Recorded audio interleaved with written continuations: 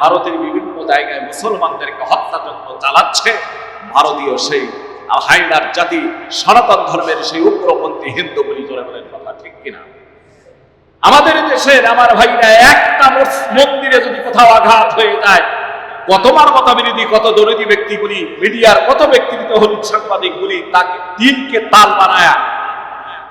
তাল বানায় এবং সেটাও দেখা গিয়েছে ওদেরই ব্যক্তিগুলি, ওরাই সেই স্বার্থলোভী লোকেরাই আমার ভাইরা মন্দিরে আক্রমণ করে ওরাই সেটাকে তিলকে তাল বানানোর চেষ্টা করেছে। ওদের লোকেরা আক্রমণ করেছে অথবা ক্ষমতাসীন স্বৈরাচার ব্যক্তিগুলি আক্রমণ করে মন্দিরে হামলা করে সেগুলি আমাদের উপরে চালিয়ে দেওয়ার চেষ্টা করেছে। অথচ আজকে ভারতবর্ষের ভিতরে ওয়াকফ আইন বাতিল করে দিয়ে শত শত মসজিদ ভাঙার পায়তারা করছে। অলরেডি তারা অনেক মসজিদ ভেঙে ফেলতেছে। আমি আপনাদেরকে বলতে চাই আমার ভাইরা, আমাদের ভাই তারা মুসলমান, কোন মুসলমান কোথায় আঘাতপ্রাপ্ত হয়ে গেলে এটা আমাদের হৃদয়ের ভিতরে লেগে যায়। জোরে বলেন কথা ঠিক কিনা? এজন্য চীনের যেমন অনেক স্কুলের ভিতরে রয়েছে, বাচ্চাদের স্কুলের পাশাপাশি একটা যোদ্ধা হিসাবে একদম পিটি প্যারেডের মাধ্যমে পুরো ট্রেনিং প্রাপ্ত করানো, শুধুমাত্র অস্ত্রের ট্রেনিংটাই বাকি থাকে। প্রয়োজন হয়ে গেলে মাত্র অস্ত্রটা হাতে দিয়ে একটু ট্রেনিং দিলেই এই সেনাবাহিনী ট্রেনিং কমপ্লিট হয়েছে। রাষ্ট্রের জন্য যে কোনো মুহূর্তে সে অস্ত্র ধরতে পারবে। আমার ভাইরা, আমাদের দেশের স্কুলগুলি, মাদ্রাসাগুলির ভিতরে সরকারিভাবে বাধ্যতামূলক আমি মনে করতেছি প্রত্যেকটি বাচ্চাকে একজন যোদ্ধা হিসাবে গড়ে তোলা ট্রেনিং আজকে দেওয়ার প্রয়োজন হয়ে দাঁড়িয়েছে। কথা বলেন ঠিক কিনা? কারণ আমি বলতেছি জেহাদ করবো, জেহাদ চাই। আরে ভাই, প্যালেস্তাইন তো হাজার হাজার মাইল দূরে, আপনার পাশেই ভারত, সীমানা পার হয়েও যাওয়া যায়, অনেক জায়গায় কাঁটাতারও নাই। সময় এমন বুঝে আসতেছে ভারতের জমিনে আপনাকে আমাকে যুদ্ধ করার জন্য প্রস্তুত হওয়া রাখতে পারে। এখানে ইমান তো বোঝা যাবে কয়জন যেতে পারি, কতজনের ইমান আছে, কতজনের পদক্ষেপ গ্রহণ করতে পারি। যুদ্ধ করার পূর্বেই তো যুদ্ধের অনেক কাজ আছে, এগুলি আমাদের তো নাই। কথা বলেন এখন ঠিক কিনা? আমাদের বড়দেরকে বলবো, সরকার প্রধানদেরকেও বলবো, আপনারা আমাদের প্রস্তুত করুন মাতৃভূমির জন্য। এই মাতৃভূমির জন্য যদি প্রয়োজন হয় আমরা জীবন দিতে প্রস্তুত আছি। জোরে বলেন কথা ঠিক কিনা? ইসলামের জন্য যদি জীবন দিতে হয় আমরা জীবন দিতে প্রস্তুত আছি। এই জন্য আমাদেরকে আপনারা প্রস্তুত করুন, আমাদেরকে, আমাদের এই জাতিকে, প্রজন্মকে আপনারা সেভাবে গড়ে তুলুন। আল্লাহ পাক তাদেরকে সেভাবে গড়ে ওঠার মতো মানসিকতা জাগ্রত করে দেখুন না। আমি পরিশেষে আমি বলবো, যে কোনো মতাদর্শের ব্যক্তি হোক না কেন, সেই মসজিদের ইমাম মাওলানা ওয়াইসুদ্দিনকে সে সুন্নি হোক, আমার তাতে কোনো ভাই কোনো আফসোস নাই। কারণ হচ্ছে আমি এক কথাই বলেছি, এই পৃথিবীতে বিভিন্ন মতাদর্শের মানুষ থাকতে পারে। আপনি কি তাকে কাফের বলে কোনো ফতোয়া দিতে পারবেন? কথা বলেন না কেন?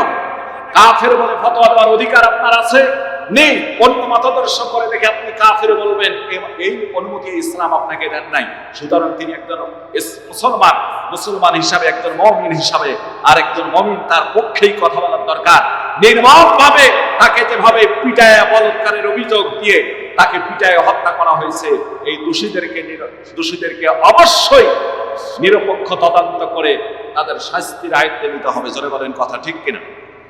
আমার ভাইরা, পাশাপাশি কোন ইমাম, কোন সাধারণ মানুষকেও যে অন্যায়ের শিকার হতে না হয়, আমি তাদেরকে কবুল করে নেব না। আমি সম্মানিত ভাইরা,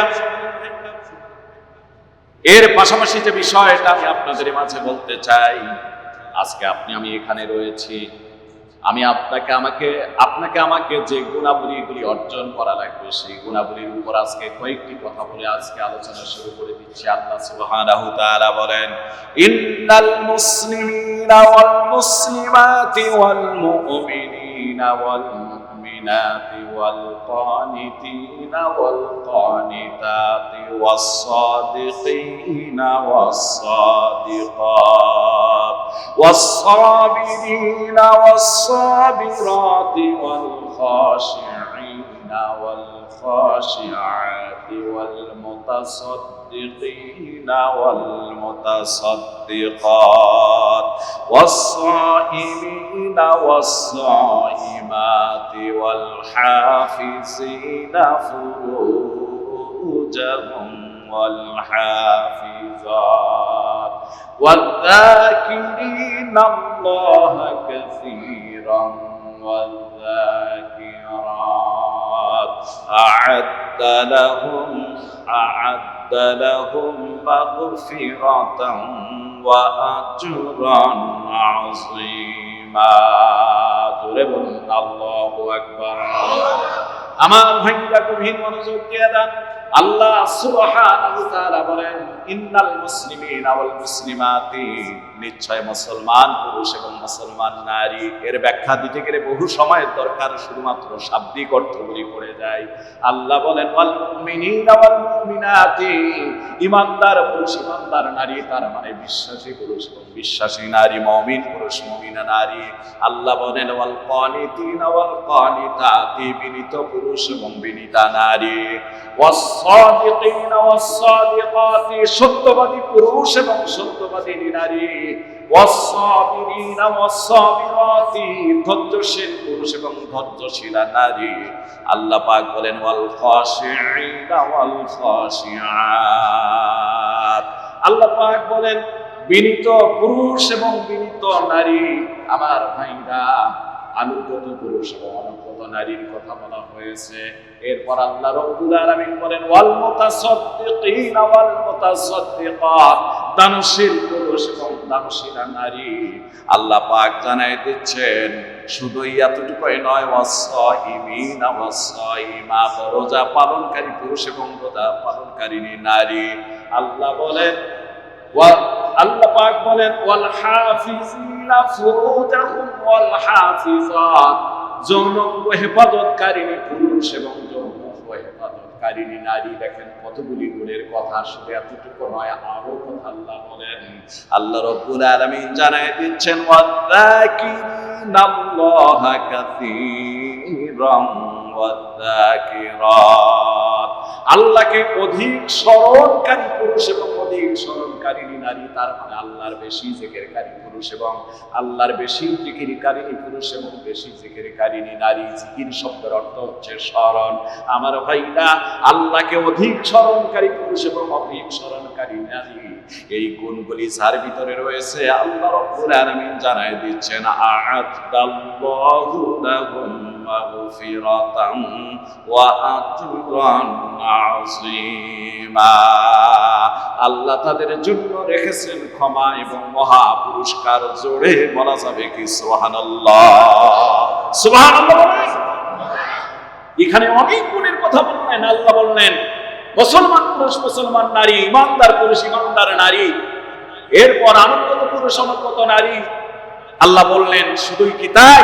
আল্লাহ এরপর জানাই দিতেন সত্যবাদী পুরুষ মানে ধৈর্যশীল পুরুষ ধৈর্যশীল নারী, বিনীত পুরুষ বিনীত নারী, সত্যবাদী পুরুষ সত্যবাদী নারী, দানশীল পুরুষ দানশীল নারী, রোজা পালনকারী পুরুষ রোজা পালনকারিনী নারী। আল্লাহকে অধিক যৌনাঙ্গ হেফাজতকারিনী পুরুষ এবং যৌনাঙ্গ হেফাজতকারিনী নারী।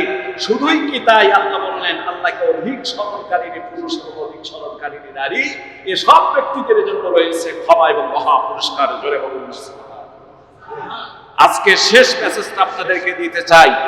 এজন্য আমার ভাইরা, এই সমাজের ভিতরে যৌনাঙ্গকে আমরা যারা পুরুষ এবং নারী যারা আমাদের মা বোনেরা রয়েছে, আল্লাহ পাক যেন তাদেরকে যৌনাঙ্গ হেফাজত রেখে, আমার ভাইরা আল্লাহ সুবহানাহু ওয়া তাআলা যেন তাদেরকে যৌনাঙ্গ হেফাজত রেখে তারা যেন নিজের সতীত্বকে বজায় রেখে একজন মুমিন পুরুষ হওয়ার জন্য আল্লাহ তৌফিক দান করে দেয়। বলুন না আমিন।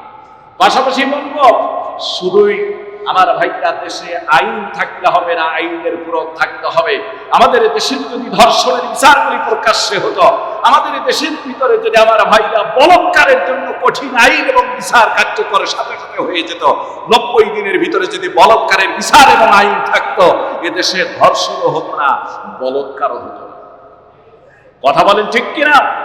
আমার ভাইরা আমার বন্ধুগণ, এই বলৎকারটা কওমে লূত আলাইহিস সালামের বংশের লোকদের এই অভ্যাস ছিল, যারা নারীদেরকে বিয়ে শাদী না করে বরং ছোট ছোট সুন্দর বাচ্চাগুলি ছেলে বাচ্চাগুলিকে তারা বেছে নিত এবং এই সব ছেলেদের সঙ্গে তারা যৌন কাজে লিপ্ত ছিল, তারা বলৎকারের সঙ্গে লিপ্ত ছিল। এই জঘন্য কাজগুলি যারা এখনো করে, আমি তো মনে করি এদের জন্য কঠিন আইন প্রয়োগ করা দরকার। করে বলেন কথা ঠিক কিনা? তবে এর সঙ্গে এটাও বলবো যে যে কেউ বলৎকারের একটা অভিযোগ কারো প্রতি দাঁড় করালো আর নিরপেক্ষ তদন্ত নাই, এর তদন্ত নাই এবং বলৎকার হয়েছে কিনা তা দেখা দেখি নেই, আইনের আগেই নিজেই হাতে আইন তুলে নিয়ে আরেকজনকে হত্যা করা, এজন্য আর এক হায়নার জাতিতে আমরা পরিণত হয়েছি। কথা বলেন না কেন, ঠিক কিনা? সকল অন্যায়ের বিচার তো আদালত করবে, আপনার আমার বিচার করার কোনো এখতিয়ার নাই, অধিকার। এজন্য আপনি আমি আইনের আশ্রয় নিতে পারি, আইন আমরা কখনো হাতে তুলে নেব না। আল্লাহ রাব্বুল আলামিন আমাদেরকে তৌফিক এনায়েত করে দেখুন, আমিন। ওয়া আখিরু দাওয়ানা আনিল হামদুলিল্লাহি রাব্বিল আলামিন। আসসালামু আলাইকুম।